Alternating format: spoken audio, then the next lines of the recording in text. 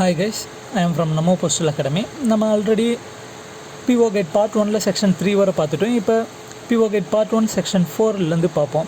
Section 4 எதை பற்றி சொல்லுதுன்னா ப்ரோபிட்டட் ஆர்டிகல்ஸ். ப்ரோபிட்டட் ஆர்டிகல்ஸ் அதாவது தடை செய்யப்பட்ட ஆர்டிகல்ஸ் என்னென்ன, எதெல்லாம் நம்ம அனுப்பக்கூடாது. அது ஜென்ரல் ப்ரோபிஷன்ஸ்னு போட்டு ஒரு 10 பாயிண்ட் கொடுத்துருக்காங்க, அதை பார்த்துக்கோங்க. First one, anything in contravention of any enactment in force.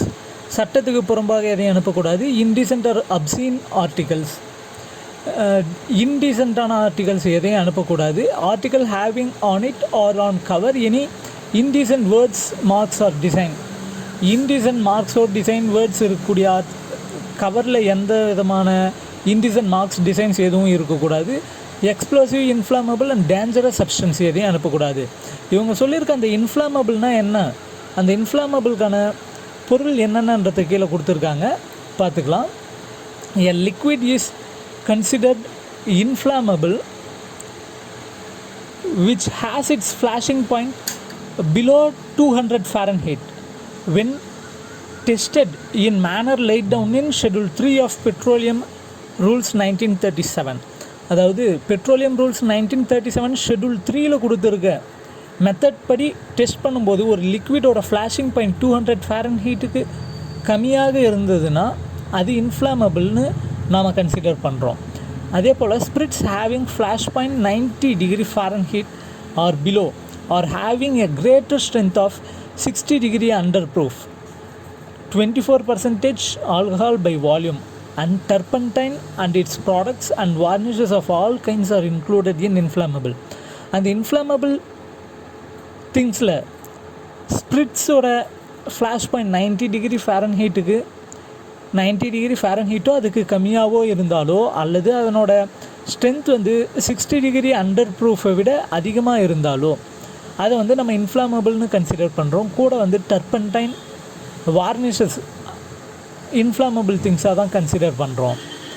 அந்த 60 அண்டர் ப்ரூஃபை விட அதிகமாக ஸ்ட்ரென்த் இருந்ததுன்னா அந்த ஸ்பிரிட்ஸில் 24% ஆல்கஹால் இருக்குன்னு அர்த்தம்.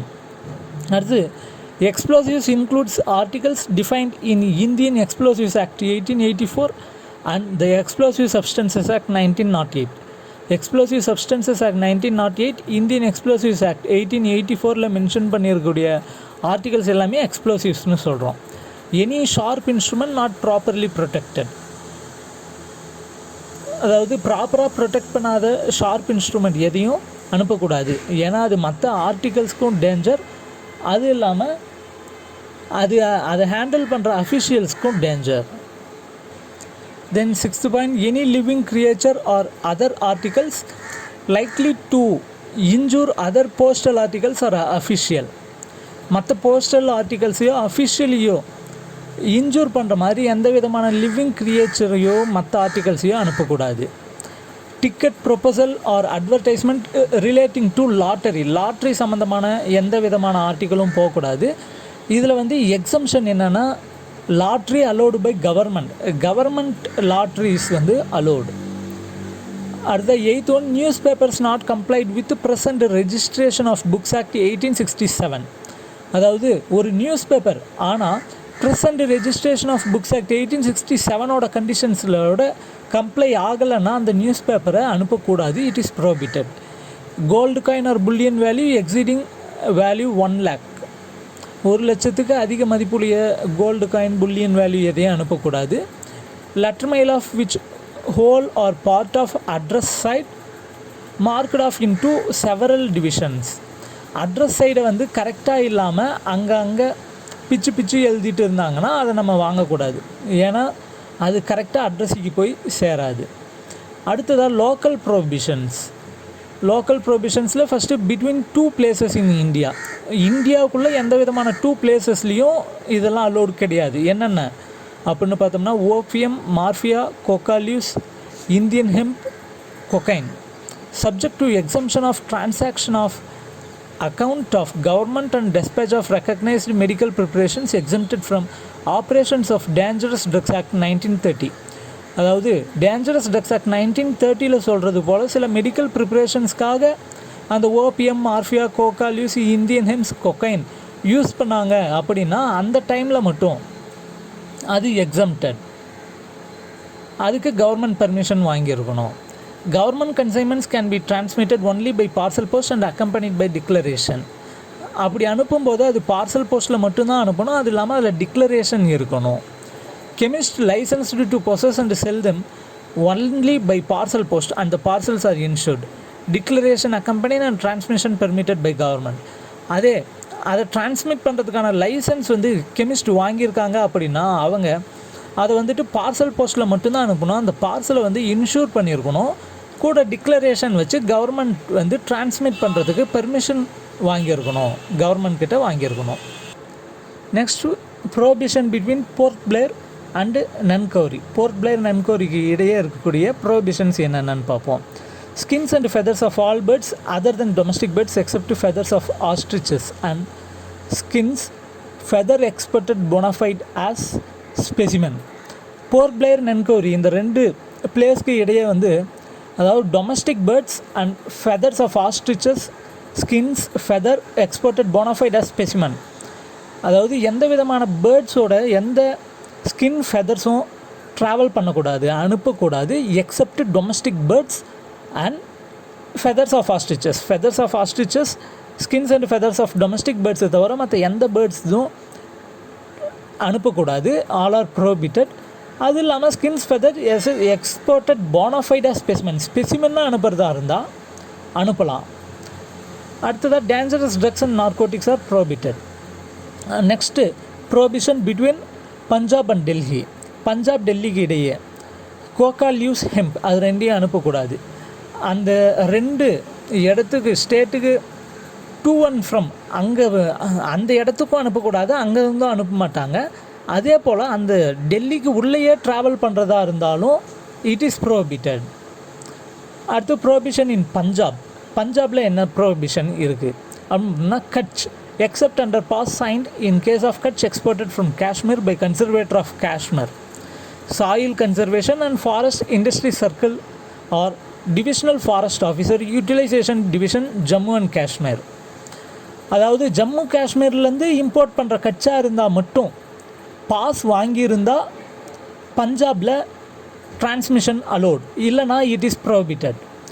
அந்த பாஸில் வந்து யார் அந்த பாஸ் கொடுக்கணும் அப்படின்னு பார்த்தோம்னா காஷ்மீர்லேருந்து இம்போர்ட் பண்ணுறதுக்காக conservator of Kashmir, soil conservation forest industry circle or divisional forest officer utilisation division Jammu and Kashmir. அவங்க ரெண்டு பேரில் யாராவது ஒருத்தர் சைன் பண்ணியிருந்தால் அந்த பாஸோட கட்சை வந்து டிரான்ஸ்மிட் பண்ணலாம்.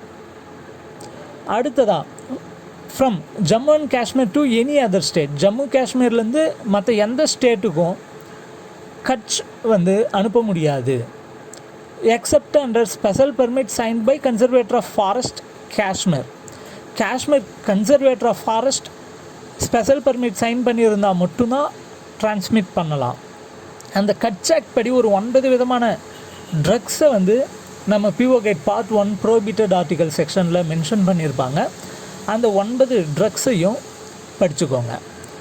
அடுத்ததாக செகண்டில் என்ன சொல்கிறாங்கன்னா பஞ்சாப், உத்தரப்பிரதேஷ், ஜம்மு காஷ்மீர், தமிழ்நாடு, வெஸ்ட் பெங்கால், அஸ்ஸாம், ஒரிசா, ஹிமாச்சல் பிரதேஷ் இந்த ஸ்டேட்ஸ்லேருந்து to any other states articles which carry insect called San Jose, Pang and கஞ்சா. அதாவது சான்ஜோஸ்ன்ற இன்செக்டை கேரி பண்ணக்கூடிய பொருள் எதையுமே வந்து Punjab, UP, Jammu Kashmir, Tamil Nadu, west Bengal, Assam, Orissa and Himachal Pradesh இந்த ஸ்டேட்ஸ்லேருந்து வேறு எங்கேயும் அனுப்ப முடியாது. Tamil Nadu, Kerala, Karnataka to other states articles which carry insect known as ஐசரியா பர்ச்சேசி. அதாவது தமிழ்நாடு, கேரளா, கர்நாடகாவிலேருந்து இந்த 3 ஸ்டேட்லேருந்து மற்ற எந்த ஸ்டேட்ஸ்க்கும் ஐசரியா பர்ச்சேசி அப்படின்ற இன்செக்டை கேரி பண்ணக்கூடிய ஆர்டிக்கல் எல்லாமே prohibited. Maharashtra, Kerala, Orissa to other states banana because of danger to carry disease known as bunchy of mosaic. அதாவது மகாராஷ்டிரா, கேரளா, ஒரிசாலேருந்து வேறு எந்த ஸ்டேட்ஸ்க்கும் பனானாவை அனுப்ப முடியாது. ஏன்னா பஞ்சிட் ஆஃப் மொசைக்ன்ற டிசீஸை கேரி பண்ணணுன்ற காரணத்தினால அங்கே வந்து it is prohibited. Treatment of injurious articles. If postmaster suspects, he is directed to detain the article and to refer the case at once for orders of head of the circle. Article fastened with pins returned to sender at office of posting if detected subsequently returned through RLO, pins being removed first. ஒருவேளை டிரான்ஸ்மிஷனில் ஒரு post master வந்து அந்த ஆர்டிக்கலில் dangerous articles, injurious articles ஏதாவது இருக்குன்னு suspect பண்ணார் அப்படின்னா அந்த ஆர்டிக்கலை அவர் ஆஃபீஸில் டிடைன் பண்ணிவிட்டு அந்த கேஸை வந்து உடனடியாக ஹெட் ஆஃப் த சர்க்கிளுக்கு ரெஃபர் பண்ணணும். அவரோட ஆர்டர்ஸ் வந்ததுக்கு பிறகு ஹெட் ஆஃப் த சர்க்கிள் என்ன சொல்கிறாரோ அதுபடி ஆக்ட் பண்ணணும். அதே போல் ஆர்டிக்கல் ஃபாஸ்டன்ட் வித் பின்ஸ், ஒருவேளை பின்ஸ் அப்படியே இருக்குது, அப்படியே போஸ்ட் பண்ணுறாங்க அப்படின்னா அங்கே போஸ்ட் பண்ணுற ஆஃபீஸ்லேயே it should be return to centre. ஒருவேளை ஆர்டிக்கல் டிரான்ஸ்மிஷனில் பின்ஸ் இருக்கிறது தெரிய வந்தது அப்படின்னா பின்ஸை ரிமூவ் பண்ணிட்டு அந்த ஆர்டிக்கலை ஆர்எல்ஓ மூலமாக ரிட்டன் பண்ணணும். அடுத்ததாக treatment of prohibited or durable articles. அதாவது ப்ரோபிட்டட் ஆர்டிக்கல் இருக்குது அப்படின்னு சொன்னாங்கன்னா அது என்ன பண்ணுவாங்க, in contravention of any enactment return to centre. ஏதாவது சட்டத்துக்கு புறமான ஆர்டிக்கல் இருக்கும் பட்சத்தில் அது சென்டருக்கு ரிட்டன் பண்ணுவாங்க. இஃப் சஸ்பெக்டட், ஒருவேளை அதில் ஏதாவது ப்ரோபிட்டட் ஆர்டிகல்ஸ் இருக்குது அப்படின்னு சஸ்பெக்ஷன் மட்டும் இருக்குது அப்படின்னா அந்த ஆர்டிக்கல் மேலே மார்க்டு டவுட்ஃபுல்னு மார்க் பண்ணி அனுப்பணும். அதை வந்து அட்ரஸி வர வச்சு அட்ரஸி முன்னாடி ஓப்பன் பண்ணி பார்ப்பாங்க. அடுத்ததாக ஒரு வேளை இம்போர்ட்டட் குட்ஸ், அதாவது காயின்ஸ் ஆஃப் கோல்டு சில்வர் இருக்குது அப்படின்னா it is liable to customs duty, will not be transmitted until the duty paid. Gold silver காயின்ஸ்லாம் இம்போர்ட் பண்ண காயின்ஸ் இருக்குது அப்படின்னா அதை கஸ்டம்ஸ் டியூட்டி டிபார்ட்மெண்ட்டுக்கு கொடுப்பாங்க. அந்த டியூட்டி பே பண்ணுற வரை அந்த ஆர்டிக்கல் அங்கேயே தான் இருக்கும், டெலிவரி ஆகாது. அடுத்த articles prejudicial to maintenance of law and order. Law and ஆர்டருக்கு ஆப்போசிட்டாக ஒரு ஆர்டிகல்ஸ் அனுப்புகிறாங்க அப்படின்னா it is not transmitted. No article transmitted having pictorial representation of person convicted of offence punishable under chapter 6 of IPC who has directed to be detained under provision of Rule 26 of India rules. If found in transmission, sent to RLO for disposal. அதாவது லா and order மெயின்டெனன்ஸ்க்கு ஆப்போசிட்டாக எந்த விதமான ஆர்டிக்கலாக இருந்தாலும் அதை transmit பண்ண மாட்டோம். எப்படின்னா article கவரில் சாப்டர் 6 ஆஃப் ஐபிசி சாப்டர் 6 படி அஃபென்ஸ் பண்ணியிருக்காங்கன்னு பனிஷ்மெண்ட்டில் இருக்கக்கூடிய ஒருத்தரோட பிக்டோரியல் ரெப்ரசன்டேஷன் இருந்தால் அந்த ஆர்டிக்கலை டிரான்ஸ்மிட் பண்ண மாட்டோம். அல்லது ரூல் 26 ஆஃப் இந்தியா ரூல்ஸ் படி அவர் தப்பு பண்ணியிருக்கக்கூடும்னு சந்தேகத்தில் இருந்தாலும் அவரோட ஃபோட்டோவும் அதில் எதுவும் இருக்கக்கூடாதுன்னு சொல்கிறாங்க. Found in transmission sent to RLO for disposal. ஒருவேளை டிரான்ஸ்மிஷனில் அப்படி இருந்தது அப்படின்னா அது ஆர்எல்ஓக்கு அனுப்பிடுவாங்க. Article written printed attached to address side. Address சைடில் ஏதாவது இருக்குது அப்படின்னா not transmitted if such impression mistaken to be stamp if it contains stamp of any time but not now. Found in transmission return to centre. அதாவது address சைடில் ஸ்டாம்பாக mistake பண்ணக்கூடிய மாதிரி எந்த விதமான இம்ப்ரெஷனும் அதில் இருக்கக்கூடாது. ஒருவேளை ஸ்டாம்ப்ஸ் ஆஃப் எனி டைம், இதுக்கு முன்னே பழைய ஸ்டாம்ப் ஒட்டியிருக்காங்க ஆனால் அந்த ஸ்டாம்ப் எதுவும் இப்போ நடைமுறையில் யூஸில் இல்லை, அப்படி ஏதாவது ஆர்டிக்கல் டிரான்ஸ்மிஷன் ஆகியிருந்தால் அதை சென்டருக்கு ரிட்டர்ன் பண்ணிவிடுவாங்க. செக்ஷன் 4 இவ்வளோ தான் சார்.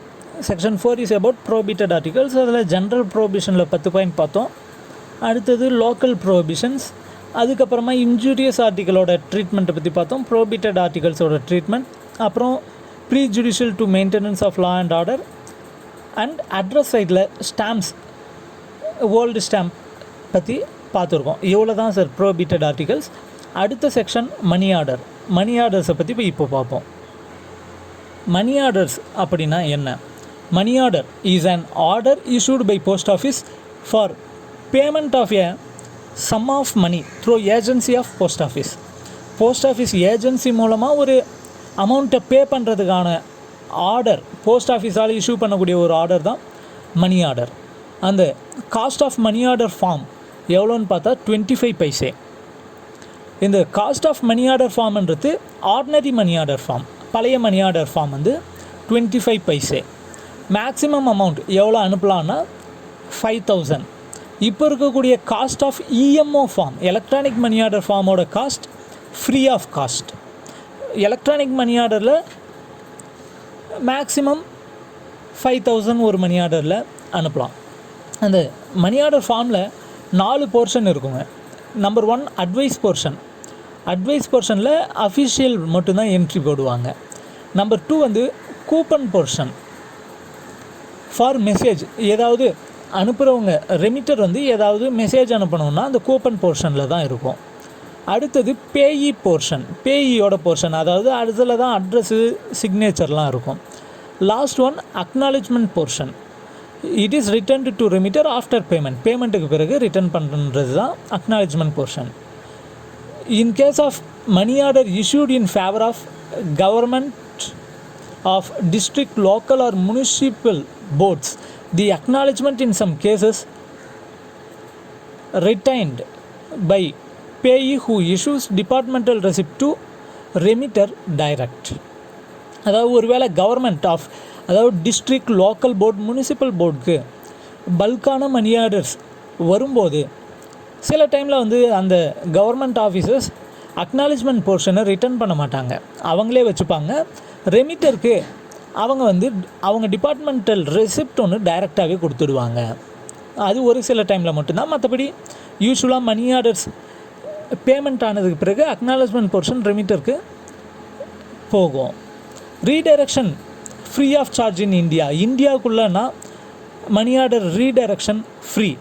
ஒருவேளை ஃபாரின் கண்ட்ரிக்கு ரீடைரக்ஷன் பண்ணுறாங்க அப்படின்னா அதுக்கான கமிஷன் சார்ஜஸ் மட்டும் எவ்வளோ ஆகுதோ அதை வந்து பேமெண்ட் அமௌண்ட்லேருந்து கம்மி பண்ணிடுவாங்க. பேமெண்ட் அமௌண்ட்டில் அந்த எக்ஸ்ட்ராவாக ஆகிற கமிஷன் அமௌண்ட்டை பிடிச்சிக்கிட்டு ரிமைனிங் அமௌண்ட் மட்டும்தான் பே பண்ணுவாங்க. Alteration in address or place of payment. அட்ரஸை மட்டும் சேஞ்ச் பண்ணணும் அப்படின்னா it is free of charge. Application to be made at booking office. அதுக்கான அப்ளிகேஷன் புக்கிங் ஆஃபீஸில் அந்த ரெசிப்ட் வச்சு சேஞ்ச் பண்ணிக்கலாம். Alteration of payee's name. ஒருவேளை பேயோட பேரையே மாற்றணும், வேறு ஆளுக்கு பே பண்ணணும் அப்படின்னா a second commission will be charged equal to the first commission. First அதாவது மணி ஆர்டர் வேல்யூ அதுவே, கமிஷன் மட்டும் நம்ம 2வது முறையாக வாங்குவோம். அது ஸ்டாப்பேஜ் ஆஃப் பேமெண்ட். ஒருவேளை மணி ஆர்டரை பே பண்ணக்கூடாது அப்படின்னு கேட்டாங்கன்னா it will be done at free of charge. Charge எதுவும் வாங்காமல் ஸ்டாப் பண்ணிப்போம். அந்த அமௌண்ட் ரிட்டன் வேணும்னாங்கன்னா அந்த அமௌண்ட்டை ரிட்டன் பண்ணிவிடுவோம். ஆனால் அந்த கமிஷன் சார்ஜஸை மட்டும் நம்ம ரிட்டன் பண்ண மாட்டோம். Money orders kept in deposit for 7 days. அந்த மணி ஆர்டர்ஸ் வந்து 7 நாளுக்கு ஆஸ் ரெஜிஸ்டர்டு ஆர்டிக்கல். நம்ம ரெஜிஸ்டர்ட் இன்சூர்ட் ஆர்டிகல்ஸ் போல் மணி ஆர்டர்ஸ் வந்து 7 நாளுக்கு டெபாசிட்டில் வைக்கலாம். நம்ம பார்த்தோம் இல்லையா சார் முன்னே ஆர்டினரி மணி ஆர்டர் ஃபார்ம்னு. ஆர்டினரி மணி ஆர்டர் ஃபார்ம் எப்படி ட்ராவல் ஆகும் அப்படின்னு பார்த்தோம்னா ரெஜிஸ்டர்டு பேக்கில் தான் ordinary money order form travel ஆகும். நவ்டேஸ் எலக்ட்ரானிக் மணி ஆர்டர் அது எலக்ட்ரானிக் ஃபார்மில் ட்ராவல் ஆகிடுது. அங்கே பேயிங் ஆஃபீஸ்லேருந்து பிரிண்ட் எடுத்து பே பண்ணுவாங்க. ஆனால் ஆர்டினரி மணி ஆர்டர் புக்கிங் ஆஃபீஸில் என்ன மணி ஆர்டர் ஃபார்ம் கொடுக்குறாங்களோ அதே மணி ஆர்டர் ஃபார்ம் அப்படியே பேயி ஆஃபீஸ்க்கு போயிட்டு அங்கே அதே ஃபார்மில் கையெழுத்து வாங்கி பே பண்ணுவாங்க. அடுத்ததாக void money orders. Void money ஆர்டர்னால் என்ன sir? If a money order is not payable, அதாவது பேயிக்கிட்டையும் பேமெண்ட் பண்ண முடியல, அந்த பணத்தை அனுப்பின ரெமிட்டருக்கும் மணி ஆர்டரை பேமெண்ட் பண்ண முடியல அப்படின்னா அந்த மணி ஆர்டர் தான் வாய்ட் மணி ஆர்டர். அந்த வாய்ட் மணி ஆர்டரோட அமௌண்ட்டை credits to the central government, அதை வந்து கவர்மெண்ட்டுக்கு கிரெடிட் ஆகிடும். அதுதான் void money order. If payee or remitter applies before expiry of 1 year from date of issue of order, it will be paid on the authority of postal accounts officer. அதாவது இந்த void money order ஆன பிறகு அந்த money order book பண்ண டேட்லேருந்து 1 இயருக்குள்ளே பேயியோ அல்லது remitter 2 பேரில் யார் apply பண்ணி கேட்டாலும் அவங்களுக்கு போஸ்டல் அக்கௌண்ட்ஸ் ஆஃபீஸரோட அத்தாரிட்டியில் அந்த வாய்ட் மணி ஆர்டரை பே பண்ணலாம். If payee is dead it is repaid to remitter. ஒருவேளை மணி ஆர்டரோட பேயி இறந்துட்டாங்க அப்படின்னா அதை வந்து ரெமிட்டருக்கு ரிட்டர்ன் பண்ணிவிடுவோம். If remitter is dead it is paid to claimant on executing personal indemnity bond for orders up to ₹100 and an indemnity bond with one surety for orders exceeding ₹100. ஒருவேளை பேயி இறந்துட்டாங்க அதனால் ரெமிட்டருக்கு ரிட்டர்ன் பண்ணுறோம். ஒருவேளை அந்த ரெமிட்டரும் இறந்துட்டாங்க அப்படின்னா அந்த மணி ஆர்டர் ₹100 கம்மியாக இருந்தது அப்படின்னா அதை கிளைமண்ட் யாரோ அவங்கக்கிட்ட இண்டெம்னிட்டி பாண்ட் வாங்கிட்டு நாம் பே பண்ணுவோம். ஒருவேளை அந்த மணி ஆர்டர் ₹100 அதிகமாக இருந்தது அப்படின்னா இண்டெம்னிட்டி பாண்ட் கூட ஒரு ஷூரிட்டி வாங்கிட்டு பே பண்ணுவோம். If money orders issued from foreign post office and family allotment money order remitted on behalf of seamers working on Indian merchant ships, the time limit is extended to 2 years. அதே ஒரு வேளை அந்த money order வந்து field post office முன்ன foreign post ஆஃபீஸ்னு சொல்லிட்டேன் எஃபிஓன்றது field post office. ஒருவேளை அந்த money order வந்து ஃபீல்டு போஸ்ட் ஆஃபீஸில் இஷ்யூ பண்ண மணி ஆர்டராவோ அல்லது ஃபேமிலி அலாட்மெண்ட் மணி ஆர்டராவோ இருந்தது அப்படின்னா அந்த 1 இயர் டைமுன்றது 2 இயர் டைமாக எக்ஸ்டெண்ட் ஆகும். If payment of void money order is at other country, fresh commission to be deducted from value of money order. ஒருவேளை இந்தியாவுக்குள்ளே இல்லாமல் வேறு கண்ட்ரியாக இருந்ததுன்னா அந்த வாய்ட் மணி ஆர்டரோட பேமெண்ட் பிளேஸ் வேறு கண்ட்ரியாக இருந்தது அப்படின்னா அந்த கண்ட்ரிக்கு எவ்வளோ கமிஷன் சார்ஜ் ஆகுதோ அது அந்த அமௌண்ட்லேருந்து டிடெக்ட் பண்ணிப்போம். ஃப்ரெஷ் கமிஷன் சார்ஜ் அந்த மணி ஆர்டரோட அமௌண்ட்லேருந்து டிடெக்ட் பண்ணிவிட்டு ரிமைனிங் அமௌண்ட் மட்டும்தான் பே ஆகும். If MO is in excess of limit for foreign countries, remitter or payee should obtain payment or furnish authority of RBI permitting remittance through foreign MO. ஒருவேளை மணி order வந்து ஒரு சில foreign கண்ட்ரிஸ்க்கு அனுப்புறதுக்கான லிமிட்டை விட அதிகமாக இருக்குது அப்படின்னா அந்த ரெமிட்டரோ அல்லது பேயோ இந்தியாவுக்குள்ளே வந்து வாங்கிக்கிறதுக்கான ஸ்டெப்ஸ் அவங்களே எடுத்துக்கணும். அப்படி இல்லைன்னா ஆர்பிஐ வந்து பெர்மிட் பண்ணுறதுக்கான அத்தாரிட்டி வந்து அவங்க கொடுக்கணும். Special types of money order forms for remitting government due. Rate of commission ₹1 for every ₹20 for EMO. Money orders to PM's relief fund, national defence fund free of commission. அதாவது government டியூவை pay பண்ணுறதுக்குன்னு சில MO forms வந்து செப்பரேட்டாக வச்சுருக்காங்க. Special types அதுக்குன்னு MO forms government due pay பண்ணுறதுக்குன்னு சில special type money order forms எல்லாம் இருக்குது. அது இல்லாமல் அந்த மணி ஆர்டர் கமிஷன் எவ்வளோ சார்னா ₹20 1 கமிஷன். ஆனால் அதே மணி ஆர்டர் வந்து பிரைம் மினிஸ்டர்ஸ் ரிலீஃப் ஃபண்டுக்கோ நேஷ்னல் டிஃபென்ஸ் ஃபண்டுக்கோ அனுப்புகிறாங்க அப்படின்னா அதுக்கு கமிஷன் கிடையாது. அடுத்ததாக இந்தியன் போஸ்டல் ஆர்டர்ஸ் IPO. அது IPO நவ்டேஸ் வந்து RTI ஃபீ பேமெண்ட் ₹10 வந்து ₹10 IPO அதிகமாக போஸ்ட் ஆஃபீஸில் வாங்குவாங்க பார்க்கலாம். Convenient means of transmitting small sums of money by post. அதாவது போஸ்ட் ஆஃபீஸ் மூலமாக ஒரு ஸ்மால் சம்ஸ் ஆஃப் மணி சின்ன அமௌண்ட்டு டிரான்ஸ்மிட் பண்ணுறதுக்கான ஒரு வழி தான் Indian postal orders. Indian postal ஆர்டரில் மொத்தம் 8 டெனாமினேஷன் இருக்குது. ₹1, 2, 5, 7, 10, 20, 50, 100 இதில் வந்து 10 ரூபா வரை ₹1 கமிஷன், 20 ரூபாய்க்கு ₹2, 50 ரூபாய்க்கு ₹5, 100 ரூபாய்க்கு ₹10 கமிஷன் போஸ்ட் ஆஃபீஸ்க்கு பே பண்ணணும். The printing and supply of postal orders up to ₹7 discontinued from 2015. However, stocks are used. 2015 ஒரு ஆர்டர் வந்திருக்கு. என்னென்னா அந்த 2015 வந்திருக்க ஆர்டர் படி ₹1, ₹2, ₹5, ₹7 இந்தியன் போஸ்டல் ஆர்டர்ஸ் வந்து பிரிண்டிங் சப்ளையை வந்து டிஸ்கண்டினியூ நிறுத்திட்டாங்க. ஆனால் ஓல்டு ஸ்டாக்ஸ் இருந்ததுன்னா அதை மட்டும் சேல் பண்ணலான்னு சொல்லியிருக்காங்க. இந்த இந்தியன் போஸ்டல் ஆர்டர்ஸில் 2 போர்ஷன், நம்ம மணி ஆர்டர்ஸில் 4 போர்ஷன் பார்த்தோம். அதுபோல் இந்தியன் போஸ்டல் ஆர்டர்ஸில் 2 போர்ஷன்ஸ் இருக்குது. ஒன்று counterfoil portion and payee's portion. அதாவது counterfoil portion 1, payee's portion 2. அந்த கவுண்டர் ஃபைல் போர்ஷன் அதை வாங்குறவங்க வச்சுப்பாங்க. பேயீஸ் போர்ஷன்றது அவங்க யாருக்காவது பே பண்ணணும் அப்படின்னா அவங்களுக்கு அவங்களோட டீட்டெயில்ஸ் ஃபில் பண்ணி அந்த பேயீஸ் போர்ஷனை கொடுத்து பேமெண்ட் வாங்கிக்க சொல்லலாம். ஒருவேளை to make a broken amount not more than 4 stamps up to ₹3 can be affixed on the face of the IPO of all denomination except ₹100. ₹100 மணி ஆர்டருக்கு மட்டும் நம்ம எக்ஸ்ட்ராவாக அமௌண்ட் ஒட்ட முடியாது. ஒருவேளை ₹12 போஸ்டல் ஆர்டர் வேணும் அப்படின்னா என்ன சார் பண்ணுறது? ₹10 போஸ்டல் ஆர்டர் வாங்கலாம். மீதி இருக்க ₹2 என்ன பண்ணலாம் அப்படின்னு பார்த்தோம்னா, not more than 4 stamps up to ₹3 can be affixed on the face of the IPO.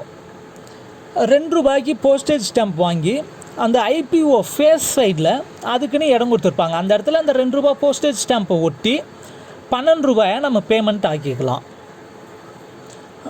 அதுக்கு தான் அதில் வந்து அந்த எக்ஸ்ட்ரா வேல்யூ என்ஹான்ஸ் பண்ணுற வேல்யூ வந்து ₹100 போஸ்டல் ஆர்டருக்கு மட்டும் ஒட்டக்கூடாது. ₹100 போஸ்டல் ஆர்டருக்கு கம்மியாக இருக்கக்கூடிய எல்லா போஸ்டல் ஆர்டர்லேயும் அதனோட வேல்யூ வந்து 4 ஸ்டாம்புக்கு அதிகமாக இல்லாமல் மேக்ஸிமமாக 4 ஸ்டாம்ப்ஸ், மேக்ஸிமம் வேல்யூ ₹3 ஒட்டிக்கலாம். ஒட்டி அதனோட வேல்யூ வந்து என்ஹான்ஸ் பண்ணிக்கலாம். The stamps to be affixed in provided space, அதுக்குன்னு கொடுத்துருக்க இடத்துல தான் அந்த ஸ்டாம்ப்ஸை ஒட்டணும். Defaced stamps not accepted. ஒரு வேளை ஆல்ரெடி யூஸ் பண்ண டிஃபேஸ் பண்ண ஸ்டாம்பாக இருந்தால் அதை அக்செப்ட் பண்ண மாட்டோம். Perforated stamps are recognised only on orders presented by banks. Bank present பண்ணுற ஆர்டராக இருந்தால் மட்டும் பர்ஃபரேட்டட் ஸ்டாம்ப்ஸை வந்து எடுத்துப்போம். If IPO is crossed, payment only made through bank or post office savings bank. நம்ம செக்கு வந்து கிராஸ் பண்ணியிருந்தால் அக்கௌண்ட் மூலமாக தான் பே பண்ணுறோம் இல்லையா? அதே போல் தான் இந்தியன் போஸ்டல் ஆர்டரையும் கிராஸ் பண்ணியிருந்தோம்னா அதனோட பேமெண்ட் வந்து பேங்க் மூலமாகவோ அல்லது போஸ்ட் ஆஃபீஸ் சேவிங்ஸ் பேங்க் மூலமாகவோ தான் பண்ணணும். This rule is not applicable to IPOs addressed to deceased defense personnel which may be paid under sanction of divisional head. இந்த கிராஸ் பண்ணியிருக்க Indian postal ஆர்டராகவே இருக்குது. ஆனால் பேயி வந்து டிசீஸ்டு டிஃபென்ஸ் பர்சனலாக இருந்தாங்க அப்படின்னா எஸ்பிஆர் எஸ்எஸ்பியோட சாங்ஷன் வாங்கி நம்ம பே பண்ணலாம், மணியாகவே பே பண்ணலாம். பேங்க் மூலமாக இல்லாமல் POSB மூலமாக இல்லாமல் மணியாகவே பே பண்ணிடலாம். Government offices receiving large number of IPOs can adjust by book adjustment. ஒருவேளை கவர்மெண்ட் ஆஃபீஸஸ் IPO நிறைய வாங்குறாங்க அப்படின்னா அவங்க நம்ம ஆஃபீஸு போஸ்ட் ஆஃபீஸோட ஆல்ரெடி புக் அட்ஜஸ்ட்மெண்ட்டில் அக்கௌண்ட் வச்சுருக்காங்க அப்படின்னா அந்த புக் அட்ஜஸ்ட்மெண்ட்டில் கூட அந்த மணி ஆர்டர் போஸ்டல் ஆர்டர் பேமெண்ட்டை வாங்கிக்கலாம். Applications regarding miscarriage, loss or destruction of IPOs should be made before the expiry of 12 months from last day of month of issue of Indian postal order. Miscarriage, loss, டெஸ்ட்ரக்ஷனாக இருந்தால் அதனோட expiry date, அதாவது 12 மாதத்துக்கு முன்னாடியே வந்துட்டு அப்ளிகேஷனை வந்து கொடுக்கணும். அந்த 12 மாதன்றது எந்த டேட்லேருந்து கால்குலேட் பண்ணுறாங்க அப்படின்னா from the last day of month of issue of Indian postal order. இப்போ நான் வந்து ஒரு மாதத்தில் 1ஆம் தேதியே போஸ்டல் ஆர்டர் வாங்கிடுறேன் அப்படின்னா அந்த மாத கடைசி நாள் 30 அல்லது 31வது நாள்லேருந்து 12 மந்த்ஸுக்குள்ளே அப்ளிகேஷன் கொடுக்கணும். Application made to SP or SSP accompanied by counter file. Purchaser வந்து அந்த கவுண்டர் ஃபைலை அக்கம்பனி பண்ணி அப்ளிகேஷன் கொடுக்கணும். ஒருவேளை அவர்கிட்ட கவுண்டர் ஃபைல் இல்லை அப்படின்னா அந்த இந்தியன் போஸ்டல் ஆர்டரோட சீரியல் நம்பர் எந்த ஆஃபீஸ்லேருந்து வாங்கினாங்க, என்னைக்கு வாங்கினாங்கன்ற டீட்டெயில்ஸ் எல்லாத்தையும் அவங்க அந்த அப்ளிகேஷனில் கோட் பண்ணணும். ஒருவேளை ரீஃபண்ட் பண்ணுறாங்க அப்படின்னா claim is made only after 16 months from the last day of the month of issue of Indian postal order. அவங்க வந்து 12 மாதத்துக்குள்ளே அந்த அப்ளிகேஷனை கொடுக்கணும். ஆனால் ரீஃபண்ட் அப்ளிகேஷன் கரெக்டாக இருக்குது, ரீஃபண்ட் பண்ணலாம் அப்படின்னாலும் அதை வந்து 16 மாதம் முடிஞ்சதுக்கு பிறகு தான் ரீஃபண்ட் பண்ணுவோம். Altered, mutilated or incomplete orders, no payment made. Incomplete ஆர்டராக இருக்குது அல்லது கொடுத்த ஆர்டர்லேருந்து ஆல்ட்ரேஷன்ஸ் இருக்குது அப்படின்னா நம்ம அதுக்கு பேமெண்ட் பண்ண மாட்டோம். If post master has doubt, ஒருவேளை அந்த போஸ்டல் ஆர்டரில் போஸ்ட் மாஸ்டருக்கு டவுட் இருந்தது அப்படின்னா he may retain it for further investigation after giving receipt and obtaining name and address of the person presenting the order. அந்த போஸ்டல் ஆர்டரை ப்ரெசென்ட் பண்ணுறவருக்கு ஒரு ரெசிப்ட் கொடுத்துட்டு அவங்களோட நேமு அட்ரஸ் எல்லாம் போஸ்ட் மாஸ்டர் வாங்கிக்கிட்டு அவரை அனுப்பிடலாம். Indian postal orders are payable up to 2 years from the last day of month of issue. அந்த இந்தியன் போஸ்டல் ஆர்டரோட வேலிடிட்டி பீரியட் என்னன்னு பார்த்தோம்னா from the last day of the month of the issue 2 years, 2 வருஷத்துக்கு payment பண்ணலாம். 2லேருந்து 3வது வருஷத்துக்கு payment பண்ணணும் அப்படின்னா second commission equal to the first commission will be charged. Commission மட்டும் பே பண்ணிவிட்டு அந்த 2வது வருஷத்துலேருந்து 3வது வருஷம் முடிகிற வரை அதனோட வேலிடிட்டியை எக்ஸ்டெண்ட் பண்ணிக்கலாம். After 3 years no payment will be done for that postal order. 3 வருஷம் முடிஞ்சிருச்சுன்னா அதனோட வேலிடிட்டி முடிஞ்சது. அதுக்கு மேலே 3 வருஷத்துக்கு பிறகு அந்த போஸ்டல் ஆர்டர் பேமெண்ட் பண்ணக்கூடாது. அந்த செகண்ட் கமிஷன் கொடுத்து 1 year எக்ஸ்டெண்ட் பண்ணிக்கிறாங்க 2 வருஷத்துக்கு பிறகு அப்படின்னா அந்த செகண்ட் கமிஷனை எந்த இடத்துல, அந்த செகண்ட் கமிஷனுக்கான போஸ்டேஜ் சார்ஜஸை எந்த இடத்துல அஃபிக்ஸ் பண்ணுவாங்க அப்படின்னா அந்த back of the Indian postal order, back side postal ஆர்டரோட பேக் சைடில் அதுக்குன்னு ப்ரொவைட் பண்ணியிருக்க ஸ்பேஸில் தான் அந்த போஸ்டேஜ் ஸ்டாம்பை ஒட்டணும். அதே போல் பேயிக்கு தனியாக கொடுக்காம பர்ச்சேஸரே அதை ரீபேமெண்ட் வாங்கணும் அப்படின்னாலும் 2 வருஷம் அதுக்கான டைம். கமிஷன் சார்ஜஸ் மட்டும் கிடையாமல் இந்தியன் போஸ்டல் ஆர்டர் சார்ஜஸை மட்டும் பர்ச்சேசர் வாங்கிக்கலாம். அடுத்ததாக field postal orders. Field postal orders என்ன சார் அப்படின்னு பார்த்தோம்னா ஃபீல்டு போஸ்ட் ஆஃபீஸில் கொடுக்கக்கூடிய போஸ்டல் ஆர்டர்ஸ் தான் field postal orders. Field postal orders மொத்தம் 6 டெனாமினேஷன்ஸ் இருக்குது. எவ்வளோன்னு பார்த்தோம்னா 2000, 3000, 5000, 10,000, 15,000 அண்ட் 20,000. 6 டெனாமினேஷன் இருக்குது. அதுக்கான கமிஷன் சார்ஜஸ் 2000, 3000 2 வேல்யூக்கும் 30 rupees கமிஷன், 5000க்கு 50, 10,000க்கு 60, 15,000 80 rupees கமிஷன் அண்ட் 20,000க்கு 90 rupees commission. It is sold at field post offices and paid at all post offices. Field post office money ஆர்டரை ஃபீல்டு போஸ்ட் ஆஃபீஸில் மட்டும்தான் இஷ்யூ பண்ணுவாங்க. ஆனால் அதனோட பேமெண்ட் எல்லா போஸ்ட் ஆஃபீஸ்லேயும் வாங்கலாம். Payable up to 4 months from the last day of month of issue. இதனோட வேலிடிட்டி பீரியட் பார்த்தோம்னா ஒன்லி ஃபார் 4 months. அதுக்கு மேலே செகண்ட் கமிஷன் பே பண்ணி 2 months எக்ஸ்டென்ஷன் வாங்கலாம். 4th-லேருந்து 6th month வரையும் செகண்ட் கமிஷன் பே பண்ணி பேமெண்ட் வாங்கிக்கலாம். ஆனால் after 6 months it cannot be encashed. 6 மாதம் முடிஞ்சிருச்சு அப்படின்னா அந்த ஃபீல்டு போஸ்டல் ஆர்டரோட வேலிடிட்டி முடிஞ்சது.